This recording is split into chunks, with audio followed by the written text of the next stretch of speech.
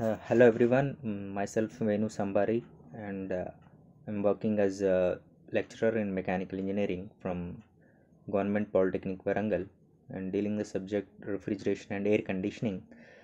So, our today's topic is regarding the refrigerants and the continuation of a previous session. If you observe, we have dealt regarding what is the refrigerant and what are the requirements, and next we have seen the properties of the refrigerant. So elaborate discussion was made on that those topics, and continuation in today's the topic feels regarding the classification of the refrigerants, and elaborately we will discuss in that classifications what are the different refrigerants commonly used in the markets, and what are the properties of them, and what are the uh, chemical names of them, and what are the usage of them, how they are classified. So all the things we will see in this today's video session. And here the objectives are, as I already told, that the classification of refrigerants. So here hope you will get some information, or you can get understood after finishing this session, that is regarding the classification. In that we will see what are the primary refrigerants and what are the secondary refrigerant, so how they have to be identified, and what is the difference between them. So we can uh, see some of the, few of the points can be discussed in that. And meanwhile we will see some elaborate discussions regarding these refrigerants, commonly used refrigerants, right? And so these are the objectives, and moving to the main content here regarding the classification. So refrigerant may be classified into two types, as we are seeing here. One is a primary refrigerants, and the second one is the secondary refrigerants. So just to know regarding these how they are classified, uh, the frequent usage of the refrigerants, it means when the particular refrigerant is utilized for direct cooling purposes, when they are utilized in the system directly for cooling the substances, that particular refrigerants, that particular uh, heat carrying mediums are taken as the primary refrigerants. Whereas the secondary refrigerants, if for example you would take for ice plant, like that application ice plant, in that cases uh, the ice cubes are to be produced, right? That is the purpose of that ice plant. And here the secondary refrigerant will plays an important role in that application, in the production of the ice cubes, where that the secondary refrigerants, the first of all it will absorbs the heat, or absorbs the sensible heat from the primary refrigerant which is flowing in the evaporator. After absorbing that, it the secondary refrigerant absorbs the cooling effect, or absorbs the lower temperatures from the primary refrigerant, and this secondary refrigerant will maintain the temperature for longer time, where this temperature from the secondary refrigerants are utilized to maintain the ice cubes, or after producing the ice cubes it will be maintained for the longer time. That is the use of the secondary refrigerant. For example, you can take the brine solution, is a mixture of the ice or the water and the salt solution, like sodium chloride or calcium chloride, like that. First of all it will absorbs the heat, or it absorbs the cooling effect from the primary refrigerant, then it will cools the substances. Secondary refrigerant will be maybe sent to the different places, for mostly it used in the larger applications. If you use the primary refrigerant instead of that secondary refrigerant, uh, maybe the cost of the particular refrigerant may get increases. Why? Because a large quantity of primary refrigerants are required. Large quantity of that chemical is required to maintain the temperature for longer time. That refrigerant has to move throughout the system continuously. Instead of that, as a replacement, after getting the cooling effect from the refrigerant, from the primary refrigerant to the secondary refrigerants, that secondary refrigerants it may be sent to the desired places, and the substances will be cooled and kept for longer time. So these are the this is how you can identify the minor differences between the primary and secondary refrigerants. Just we will see some statements regarding that. So primary refrigerants, as I have discussed, that it cools the substances directly in the refrigerating system by absorption of latent heat. Nothing but as the general the refrigerants, what it is doing in the evaporator, it is absorbing the latent heat. Nothing but whatever the refrigerant is there, while it is carrying the heat in that, the products which are placed in the evaporator and the refrigerant which is flowing inside the system, so heat exchange will take place.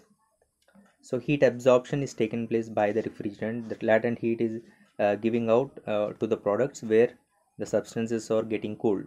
So these refrigerant which are flowing inside the copper tubes, which it is doing the primary function, or the refrigerants or the heat carrying mediums which are used directly to cool the substances, those are the primary refrigerants. And during this, you can see these refrigerants, latent, it is carrying out the latent heat, in the sense may changes the phases from liquid to vapor. Nothing but the change of phase, converting to vapor form, liquid refrigerant to vapor refrigerant, that is evaporation, where it carries in the evaporator component and produces the cooling effect or coldness in the refrigerated place, nothing but in the evaporator component. Okay. And similarly, so these primary refrigerants are directly used in all the applications. Most of the applications are these refrigerants are directly used where the VCR system is following. It means vapor compression refrigeration system. So this system is utilized, or it is used in this system as a different applications. Like it can be used in the water coolers, bottle coolers, and a lot of applications. You can also take in the air conditioners, ice in ice plants also. And some of the part, it requires the primary refrigerants, right? And moving to some examples, you can notify here. Ammonia is also a refrigerant, it is a primary refrigerant. And carbon dioxide, sulfur dioxide, and freon groups, as I already told in the previous video sessions, that is these are nothing but having some just like a product name, where, or a company named freons, like, or a Genetron or Actron. So we have some the company named groups which produces the refrigerants, which are combination of the different the chemicals. It may produce the hydrocarbon groups, CFCs, or so all these which are having the chlorine content refrigerants, or are purely hydrocarbon refrigerants. So all this comes under category of these freon groups. So we will see the examples of them. So these are the examples of primary refrigerants. Mostly used freons are like R11, R12, R22, R134A. So all these are the refrigerant groups which fall under the different categories. We will see in this.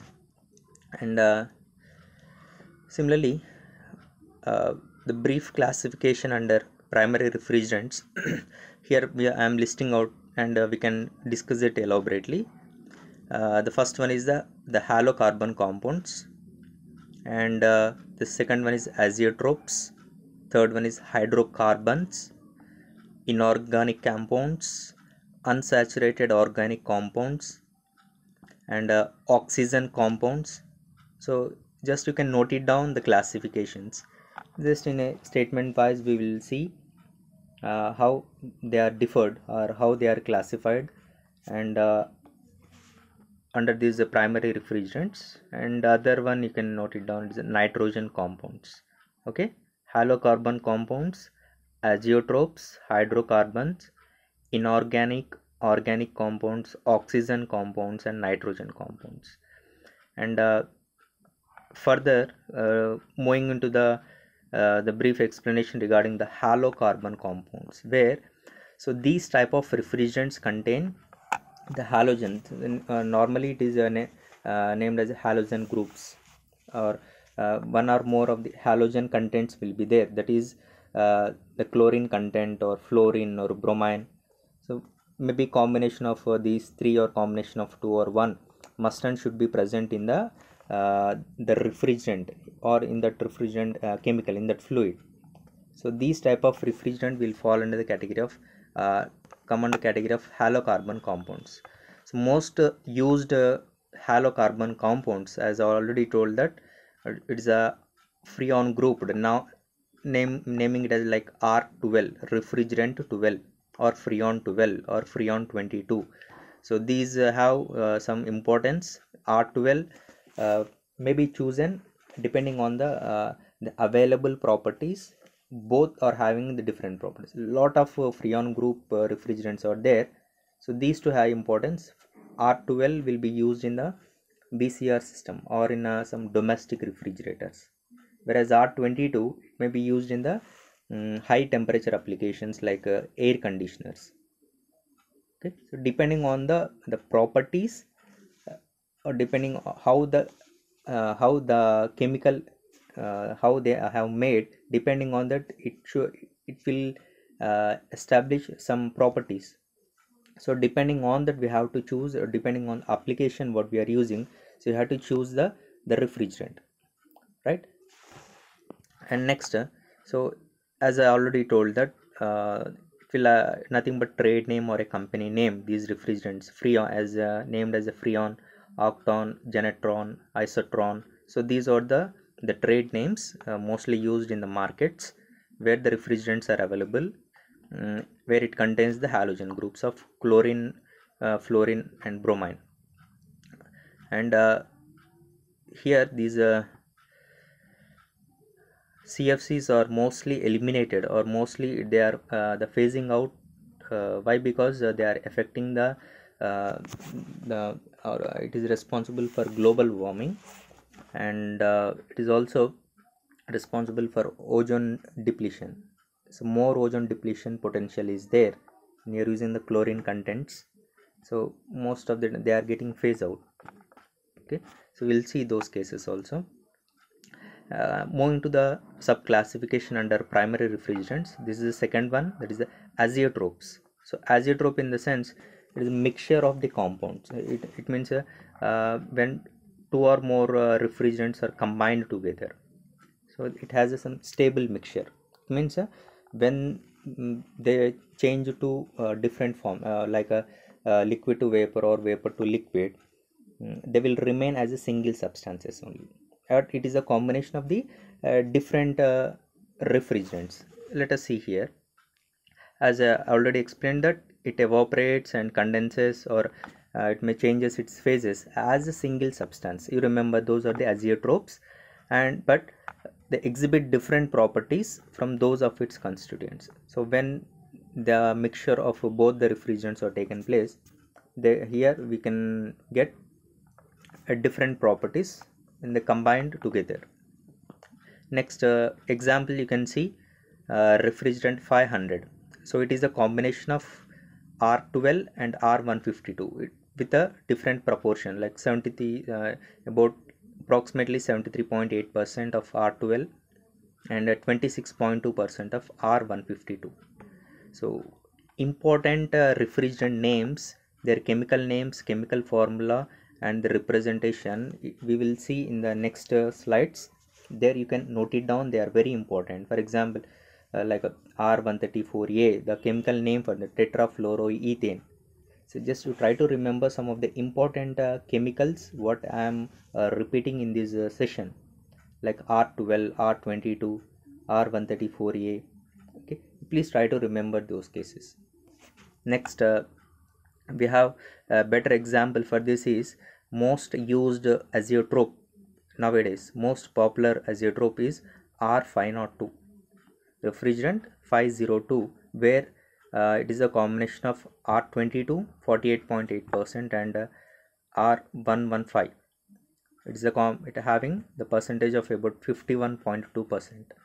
So most used azeotrope, and where it exhibits the different properties, and but it will act like single substances. Okay, but it is a combination of two or more refrigerant giving out a different property. Those are the azeotropes. Remember this case. Next, moving into the third case of the refrigerant, primary refrigerant, those are very important. These are hydrocarbons. So these are used in low temperature applications. Mainly it mainly they are made from the carbon and hydrogen elements. Okay, used for low temperature applications. And here it carries, or it contains the excellent thermodynamic properties, these hydrocarbons, and mostly used in the like petroleum and petrochemical industries. It means the safest properties are there. They are inflammable, inexplosive, they are not toxic. So some of the uh, thermodynamic properties and chemical properties are also there, satisfactory properties. So these are used in very the rare application cases. These hydrocarbons are used, and these are highly flammable and explosive in nature. And it means as you the follow the up to the case of the until the case of leakages, avoiding the leakages, here they are safest at any cost. If they expose it at higher pressures, it means when the leakage happens at a higher pressures, there is a few chances of because the hydrogen or carbon contents will be present, there is a chance of a flammable explosion. Until that, they are safe. And here it contains some examples like the refrigerant R50, R170, R290, propane, methane, ethane, propane. So it contains these carbon and hydrogen groups. You can see here the methane, where example you can take a CH4, ethane and propane 290, and butane C4H10. And here uh, so these are few of the examples: R600 butane, C4H10. And the next compound, or the next physical sorry the primary refrigerant is the inorganic compounds. So most widely used of all refrigerants, again the same case, uh, they possess excellent thermodynamic and physical properties, but as already I have explained that until unless the leakage happens, all the refrigerants are safe. If they are exposed at different pressures or different temperatures, if they come out, they may flammable. Until unless case, they may be inflammable only. And if they expose at different pressures and temperatures, under that rare cases, they may be flammable. And some of these inorganic compounds are toxic also, right? So you can see here ammonia as example. We have seen this refrigerant in vapor absorption refrigeration system. Ammonia is most used refrigerant in the vapor absorption system, right? Named R717. Similarly, water is also used as a refrigerant. There are also inorganic compound H2O. 718 is a chemical number for that. 729 is the air as a refrigerant, and 744 carbon dioxide and 764 is a sulfur dioxide. All these are the inorganic compounds where it will function, or they may be used as a refrigerant or as a heat carrying mediums. Either it may be and unsaturated organic compounds. So these refrigerants are hydrocarbons with ethylene or propylene as a base. This is the next case of primary refrigerants, unsaturated organic compounds. Okay, so where these are very similar to hydrocarbons but containing the further elements, addition of elements like ethylene or propylene as a base here.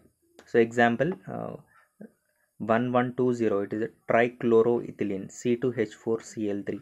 So this is one of the example, and it will fall under the case of the hydrocarbons, but it is a ethylene or propylene as a base here. And coming to oxygen compounds, so these are also come under the category of hydrocarbons, but additionally it contains the oxygen elements, as what we have seen in the last case, unsaturated organic compounds. So example is a 610 ethyl ethers. So this is a chemical name for that, and the number is R610. Ethyl ether is a oxygen compound where it contains along with the hydrocarbons, hydrogen carbon content along with the oxygen elements also. Next, moving to the nitrogen compounds. So these are also come under category of hydrocarbons along with the combination of methane or ethane as a base, but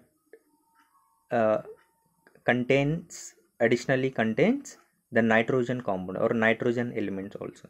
Example is a 630 methyl amine. It contains the carbon and hydrogen CH3, and nitrogen element is present NH2. Okay, so it's a methane or ethane based CH3. So number for this nitrogen compound, the number is R630, which is a methylamine as a chemical formula for that. And you can see additional example for 631 is a ethylamine C2H5 and NS2. So here all these refrigerant what we have listed out under primary refrigerant, depending on the application, as already told, may be used for a different cases like domestic refrigerator or commercial purposes, industrial purposes. And we will see based on the I already told some common used refrigerant for different cases. Elaborately we will see by looking at their characteristics or properties under each and every important refrigerant. You please try to note the refrigerant number, refrigerant name, or a refrigerant chemical formula also. Please try to note it down. Just I will list out here. Try to remember all these cases. Okay, these are the properties for commonly used refrigerant. Coming to the first case and first important refrigerant, that is ammonia. The number is R717. Ammonia is a refrigerant. So these are commonly the common properties of ammonia, as it should not expose to the outside condition where it is because it is a highly toxic, and refrigerating effect is good. And here it may attacks the copper. If you are using the copper piping system, maybe it attacks the piping system, copper piping system, and and here due to that case it is used only in the fabricated, whatever the steel fabricated material is there, it is used for the pipeline. And the leakage identification of this refrigerant, whenever the leakage is happened, so it may be identified, the leakage identified can be done by the leak method, one of the leak method, that is a sulfur candle method. So by using this method, so we can find out simply it will comes with a dense, it means the dense smoke will come out when ammonia is present there at the particular point, or at a particular whenever some hole it may be happened, whenever the ammonia is getting escaped from that, when you make this sulfur candle method, the dense white smoke will come out when it reacts with the ammonia. So this identifies the leakage of the ammonia or R1 R717. So try to remember, this is a toxic and having good refrigerating effect. Material used under this case when using the ammonia as refrigerant is the fabric, the steel. Similarly, the carbon dioxide, the name R744. So it is a colorless and it is odorless and is heavier than air. As you can say, ammonia is a which it is having a high odor. It means uh, if it exposed to when it get leakage, you can easily identify with your by the smell or by the odor. It will give very bad odor. Whereas the carbon dioxide, you see, it is odorless and it is heavier than air. So and it is, as you know, that's a non-flammable, non-toxic and a non-explosive and is stable under all working condition, carbon dioxide, right? So as a simple case, we are breathing out uh, the releasing out the or exhaling the carbon dioxide, where you can see they are not mm, some during under heat conditions it cannot be burst out. They are not non-flammable and they are not non-explosive and it is stable under all working conditions, and it is also non-corrosive and it can be suitable under for any system fabricated with any metal, most used like copper only. So it may be suitable for that. Why? Because it is a non-corrosive in nature.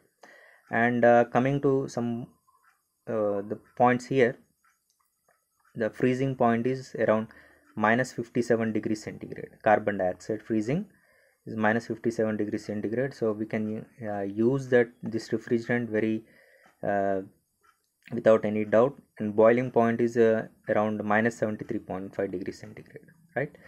Moving to the sulfur dioxide, that is a R764. It is a colorless refrigerant, so it doesn't have any color to identify. And here these are also having non-flammable, non-explosive, but it's a toxic. Sulfur dioxide is very toxic. And coming to odor, it is also having very irritating odor. As I told, smell of that particular refrigerant, sulfur dioxide, is having very irritating smell, and it is a non-corrosive to all the metals, but it should not react with the water. When it makes contact with the water, again it will, but it reacts to all the metals in the presence of water or air. So avoid making contact with the water or air. Pure, only the sulfur dioxide has to be used here. Now next, coming to the boiling point of that is minus 10 degrees centigrade, and freezing point is minus 75.5 degrees centigrade. It is also used it's a very suitable case. You can use is the sulfur dioxide. And similarly, coming to the freon groups, it is the R11. We'll see the chemical name of that. Meanwhile, you will see some the safest properties of that. That is a non-toxic and a non-flammable, may be employed for low capacity plants, but up to 50 ton capacity it can be used, right? And the color, you can identify it with it is a color one, and it can be the color, it may be orange. Okay, that is a R11, having the identification of R11 with the color code, that is our orange. And chemical name for that R11 or freon 11 is trichloromonofluoromethane. Trichloromonofluoromethane, as we have seen under the case of it is a CFC, where it contains the chlorine content, fluorine. Okay, and you can see the chemical formula for that, CCl3F, trichloromonofluoromethane. Okay, and moving to R12, so most used refrigerant uh, uh, which they are used for a longer usage. You can see in the R12 as a high, it is a stable case and non-toxic, non-flammable, non-explosive, and the color identification of this particular refrigerant is white R12. Applications include, as I already told, they may used for a longer period. This R12 is used in lot of applications it is used. It includes the domestic refrigerators, freezers, water coolers, air conditioners. So this refrigerant used. And chemical name, you please try to note it down. That is a dichloro-difluoromethane. Dichloro-difluoromethane, that is CCl2F2. And the next property or the refrigerant commonly used is R22, most used refrigerant in the air conditioners. Okay, so it is also having excellent properties. The color indication is white of that, and it is a non-explosive and can be used in the, again the same, it can be used but mostly used in the for a higher temperature applications like air conditioners. Higher temperature, in the case it can be used for like 15 degrees, 16 degrees, 18, 20, like that. Like water cooler also, maybe water cooler for used for drinking purpose. We are utilizing the temperature has to maintain above like 10 degrees, 12 degrees, 15 degrees, like that. Those are the medium to higher temperature applications. This Freon 22 can be used. And the chemical name for that is monochloro-difluoromethane, that is CHClF2. Okay, and now recent days we are using this refrigerant, that is R134. It is a hydrocarbon compound, where the chemical name for that is tetrafluoroethane. So all these properties, just you have to go thorough of them, just you have to get aware of them, and you have to remember what are the properties of them depending on the different classification what you have seen under primary refrigerants or like that. So R134 is a hydrofluorocarbon, where it doesn't contain the chlorine content in this, and it is free from chlorine. It has a zero ozone depletion potential. I will explain this terminology, ODP, ozone depletion potential, where it has low greenhouse effect. So global warming with this refrigerant is less, and it nowadays this R12 whatever we are using for a longer time, it is now replaced with the R134A. Why? Because R12 is containing the chlorine content, where it is act as a one of the agent for ozone depletion. So that is the case, replaced with the R134A, and used in a lot of applications as what we have seen for the R12 case, like domestic refrigerator, car air conditioner, freezers. Okay, so this is for regarding some of the primary refrigerants, commonly used primary refrigerant. Please try to note the chemical name, chemical formula and properties of them. And secondary refrigerant, as already explained, so these will cools the substance by absorbing their sensible heat. Whatever the cooling effect is there from the primary refrigerant, it will absorb the heat from that, and that cooling effect will maintain for longer time, and this secondary refrigerant will send to the desired place or to the required place. Then that at that particular place it can be used for cooling the substances. Okay, so primarily it is first cooled by the primary refrigerants, then it is used for the cooling purposes. So it will absorb cool the substances by absorbing their sensible heat. It will not changes its phase here. The secondary refrigerants, we will see the examples of them. Combination of the water and brine solution, or ice and brine, ice and the salt solution. So like examples like sodium chloride,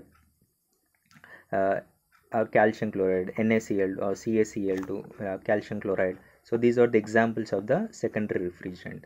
And see the combination of that, first you have to know about regarding the water, where it freezes at 0 degree centigrade. Okay, it cannot be used like as a directly as a primary refrigerant. If you use this refrigerant as a directly under if you want to maintain very low temperatures below 0 degree centigrade, so this water directly cannot be used as a refrigerant here.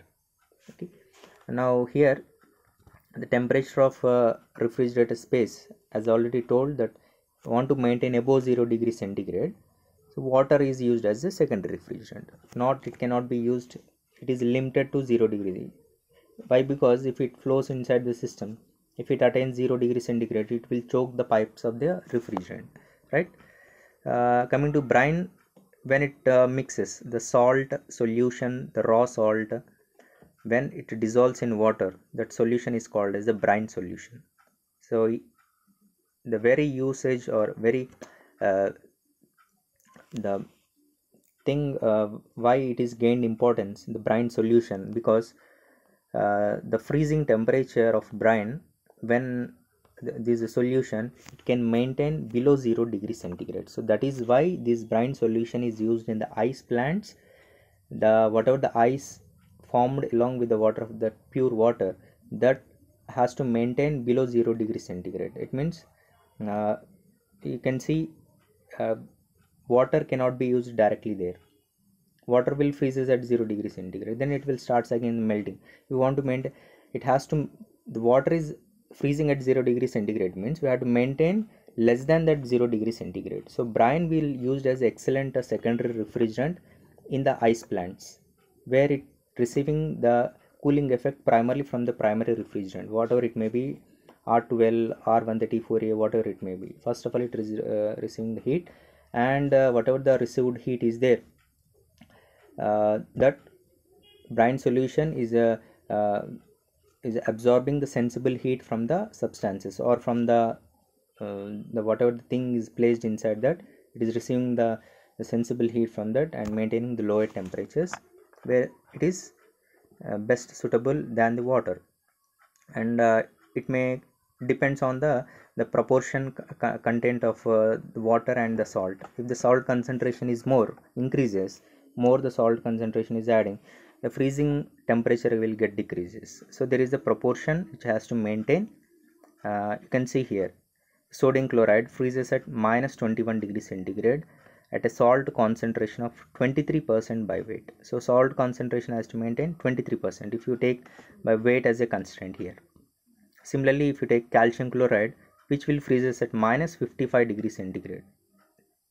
So it is having very excellent freezing point, low freezing point temperatures compared with the water directly. And this calcium chloride, where if it has to maintain at minus 55 degree centigrade, the salt concentration, if you take by weight, it has to take in a proportionate of 30% when it mixing with the water. So moving to the advantages, uh, so large area can be cooled by varying the quantity of the flow of the secondary refrigerant. So very it is a cheaper and a low cost, and it can be used for cooling the substances in a large area, like what I have what I have taken the example like ice plants. This secondary refrigerant can be sent to the desired place, and we can get the cooling effect in that.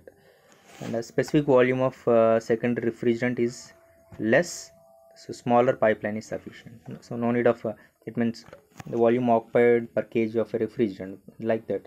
If you take that consideration, so its specific volume is low, so the pipeline required is also very small.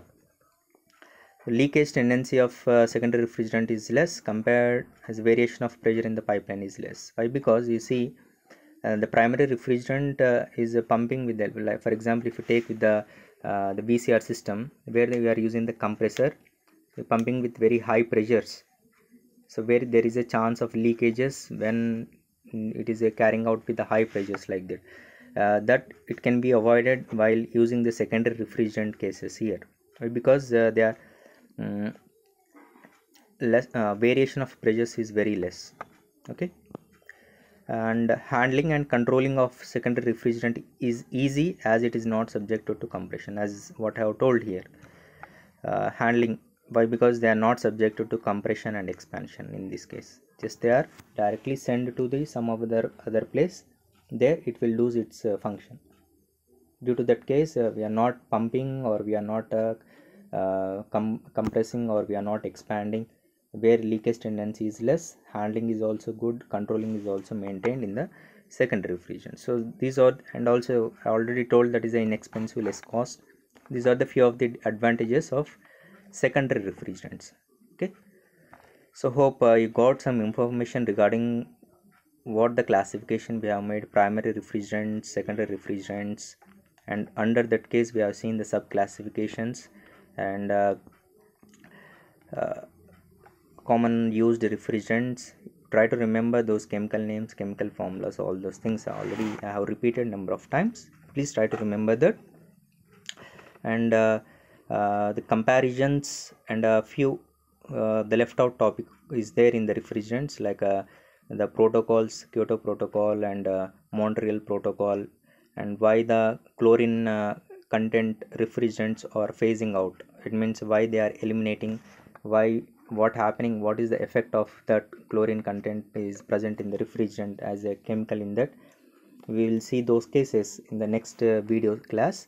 And also any other left out topic in the refrigerant we will see in that video, in the next video. So hope you got information in this, if you understood. And so these are the summarized the topics what you have discussed. And so thank you for watching. uh, so so here we have a few quiz part here. What is the chemical name for R11? So it is a trichloromonofluoromethane. And also you remember the chemical formula of that R11 is a chemical name, is a trichloromonofluoromethane, is a CS3 content. Similarly, chemical name for R12, it's a dichloro-difluoromethane. That is the answer, right? Okay. The cost of secondary refrigerant, obviously it is less than the primary refrigerant. Okay, as we have seen all these points in the explanation. So these are few questions asked. What is a refrigerant? What is the use of refrigerant? What is primary refrigerant? Explain with the examples. You can give a lot of examples under different sub classifications. Lot of refrigerants we have seen: hydrocarbon groups, halogen groups, and oxygen containing oxygen elements, containing nitrogen elements. Also seen some inorganic compounds, organic compounds.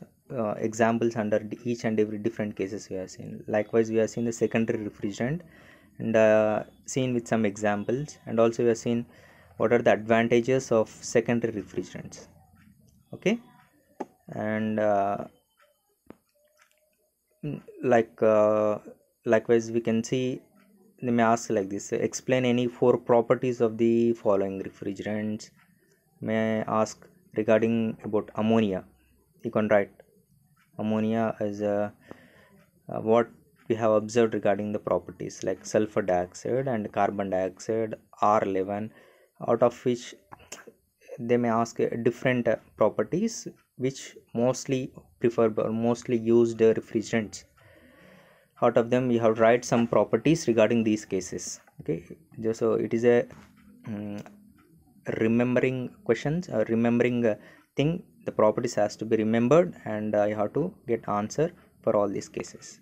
Okay, like R134a tetrafluoroethane, how best suitable than the R12. So just you have to notice them and write the properties. Okay, so hope you have understood this session. It may be understandable and got information from this. So hope you will meet in the next video session. So thank you.